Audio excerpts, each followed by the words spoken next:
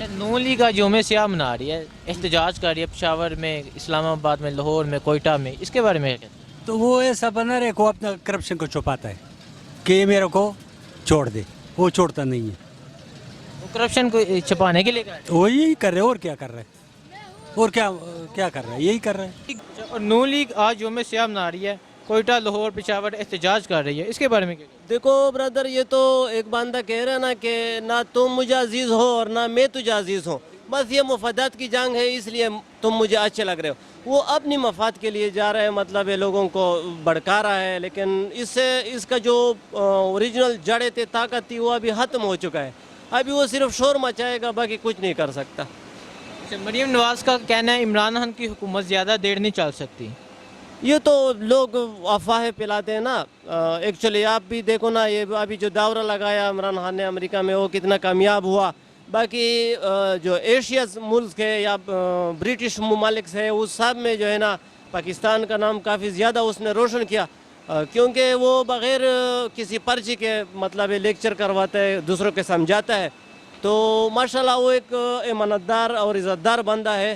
ہمیں امید ہے کہ پاکستان کو وہ اپنے ہی پیروں کڑا کر دے گا۔ یوم سیاہ منا رہی ہے آج پشاور، کوئٹہ، لاہور، جلوس کر رہی ہے، جلسے کر رہی ہے، کیا کہتے کہ انہیں تو ایک نظر آ رہا ہے نا کہ جو انہوں نے مطلب ہے جو گپلے کیے ہیں، کھائے ہیں، تو انہوں نے تو یوم سیاہ منانا ہی ہے، تو وہ منائیں گے، انہیں منانا وہ کوئی مسئلہ نہیں ہے، اس سے خان کو کوئی فرق نہیں پڑے گا، طریقہ انصاف کو اس سے کوئی فرق نہیں پڑے گا۔ ہیں؟ اچھا، مریم نواز کہتی ہے عمران خان کی حکومت زیادہ دیر نہیں چلنے والی، اس کے بارے میں یہ تو کب سے، جب پہلے دن سے وہ کہہ رہے ہیں، نون لیگ پہلے دن سے کہہ رہی ہے کہ خان کی حکومت نہیں چلے گی۔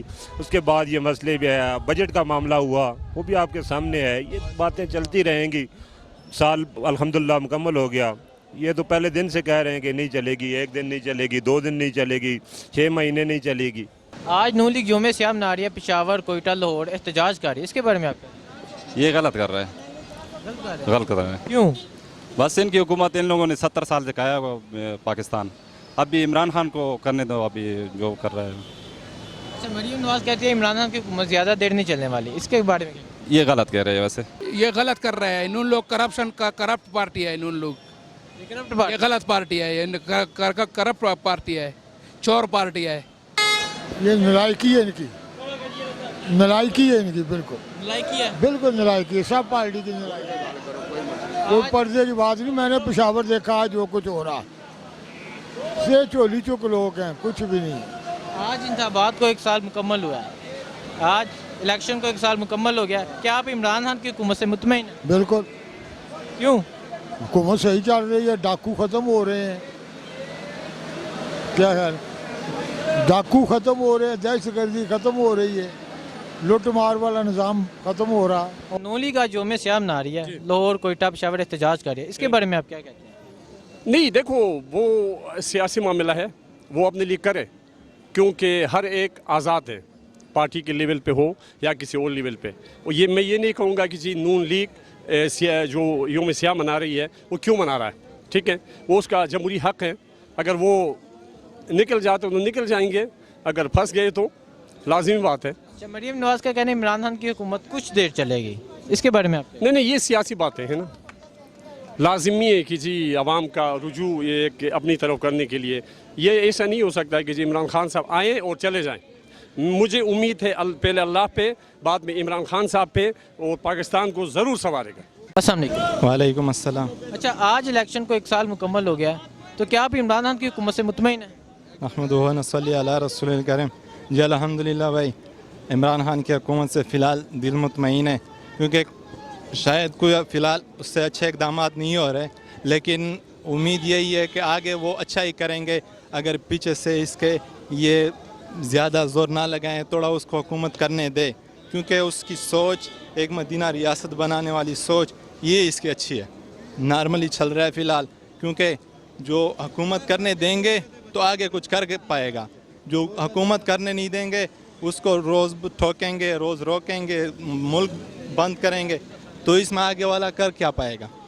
اچھا، نون لیگ آج یوم سیاہ منا رہی ہے، پشاور، کوئٹہ، لاہور احتجاج کر رہی ہے، کیا کہتے ہیں اس کے بارے میں؟ بھائی یوم سیاہ منانے کا ان کا کوئی جواز ہی نہیں بنتا، کیونکہ یوم سیاہ کے دن یہ خود لائے ہیں،